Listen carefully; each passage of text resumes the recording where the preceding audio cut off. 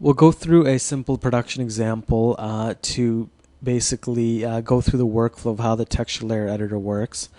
What we have here is our Zuka gun, and what I want to do is actually create a color map for it and then use some procedurals and different masks to create a rusted metal look so the gun has an aged quality to it.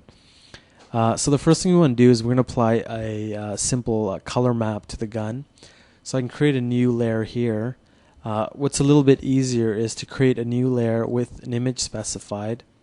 So there you can see it's rendering with a noicon.pic. We can just double click on that image and then specify the color map we want. I've already got the images loaded in the scene, so I can just quickly select that. And what I can do actually for that layer is I want to turn on the bump as well. Oh, sorry, the bump is down here, just to give it a bit of a cutout look there. And we can actually modulate the overall contribution of that layer to the base layer. So we can control that on a global level, and as well for each channel. For ambient, I can control the contribution separately from diffuse.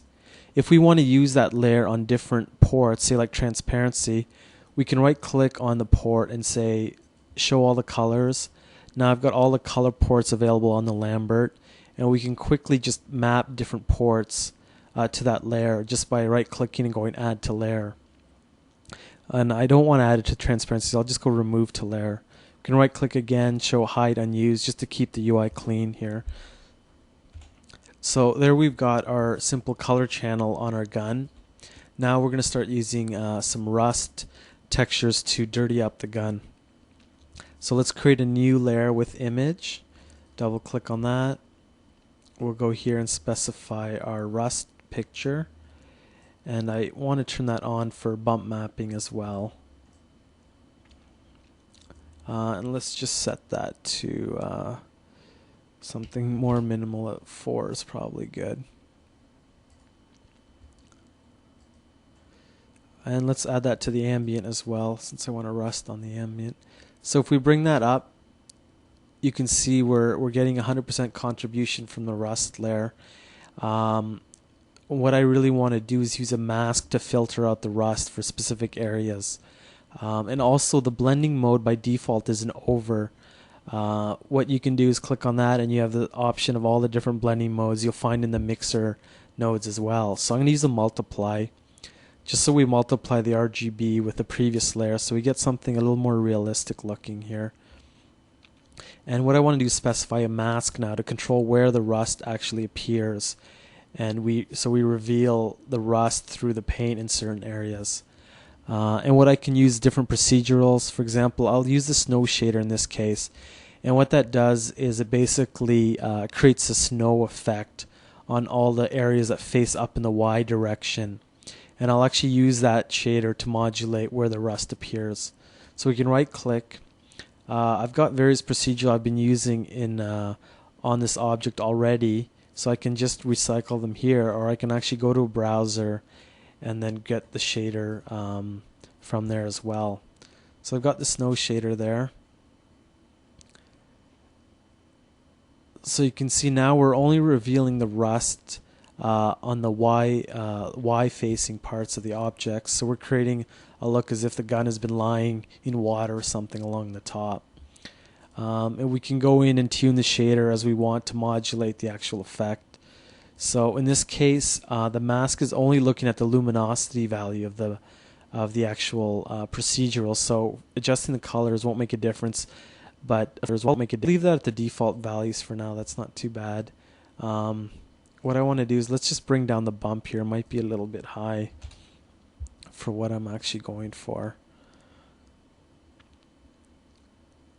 So let's try something like 2, just to give it a look like the paint underneath is rusting out and is about to peel off. So you can see we're on our way to creating the look. Let's create another image, layer with image. So we could do something like that. And what I want to do is specify the same image as well here. So the rust texture. And in this case, we're going to make this 100%. But what I want to do is use the terrain shader now to modulate the effect. So we're just going to reveal the rust in specific spots where the terrain actually shows through. So that gives it kind of more of a random rusted look, which looks pretty good actually by the default. I won't adjust that too much.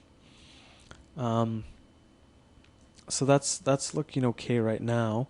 What we can do is actually start creating some decals. So I'm going to create a new image, and in this case we've got some decals we've got already created in our scene with a built-in alpha channel. So we can apply that to the actual gun, bring that up to 100%. So the issue in this case is we've got the decal look, but what we want to do is have the rust appear on top as if it's rusted out the decal as well. So this has got to go below the rust layer. So what we can do is just move those up, and you can see as we're moving it up, the rust effects are being applied on top to give a a much more realistic look. So I can move that again on top, and this is really nice because actually reordering this stuff in render tree is quite time consuming of disconnecting and reconnecting nodes, and this way you can quickly move things up and down to actually see the difference between having the actual snow layer on top versus below the other layer. It gives a subtle difference in the look, but it actually is often the difference between realistic or not. So let's just move that back. So we've got the rusted look. The thing is I want to use a different UV set on this, so the decals are a little more localized in specific areas. So I've created a different UV set for the gun, and I'm going to use that for that specific layer.